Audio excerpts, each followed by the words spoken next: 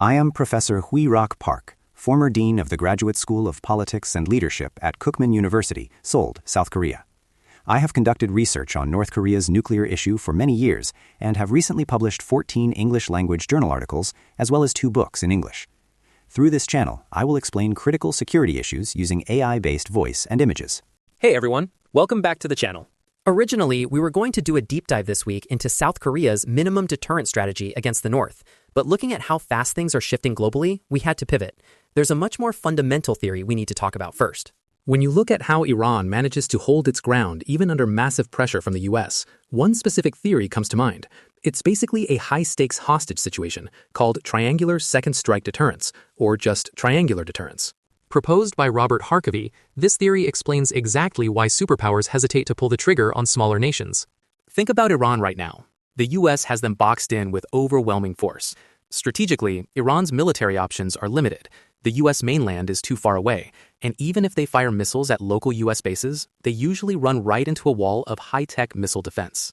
But here's the twist. Instead of trying to hit the US directly, Iran says, if you keep attacking us, we're going to level your allies next door and shut down the Strait of Hormuz, the world's economic lifeline. They can't hurt the big guy directly, so they take the neighbors hostage. And here's where it gets wild. The allies don't just get mad at Iran, they start blaming the US. They start saying, hey, your aggressive move is putting our lives on the line.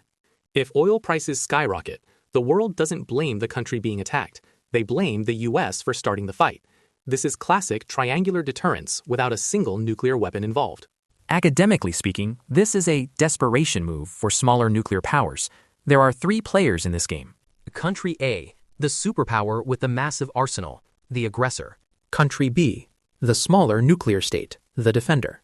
Country C, the non-nuclear ally of Country A, sitting right in Country B's crosshairs. Country B tells the superpower, the second you nuke us, we're wiping Country C off the map. It's called indirect deterrence.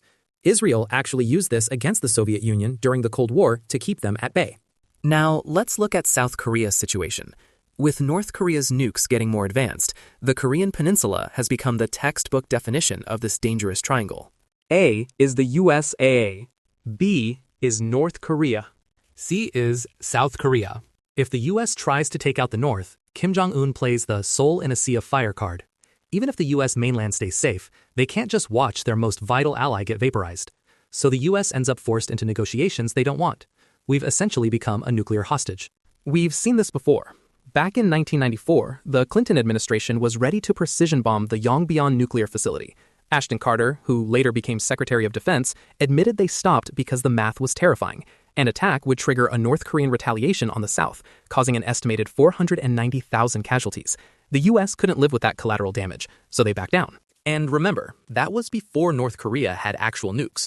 Today, the stakes are 100x higher. So, what's the move? The era of just sitting back and trusting the US nuclear umbrella is over. We need a new game plan. Level up our South Korea's own defense. South Korea needs a massive boost in its independent deterrence and defense tech. Civil Defense 2.0. South Koreans have to rebuild their systems to minimize damage in a worst-case scenario. South Koreans' strong resolve. This is the hardest part. In a hostage situation, the kidnapper only loses their power when the hostage asks the policeman to shoot the kidnapper, risking hostage's own. It's a brutal truth, but showing that we are willing to endure and retaliate is the only way to break the chains of triangular deterrence. If you found this breakdown helpful, smash that like button and subscribe.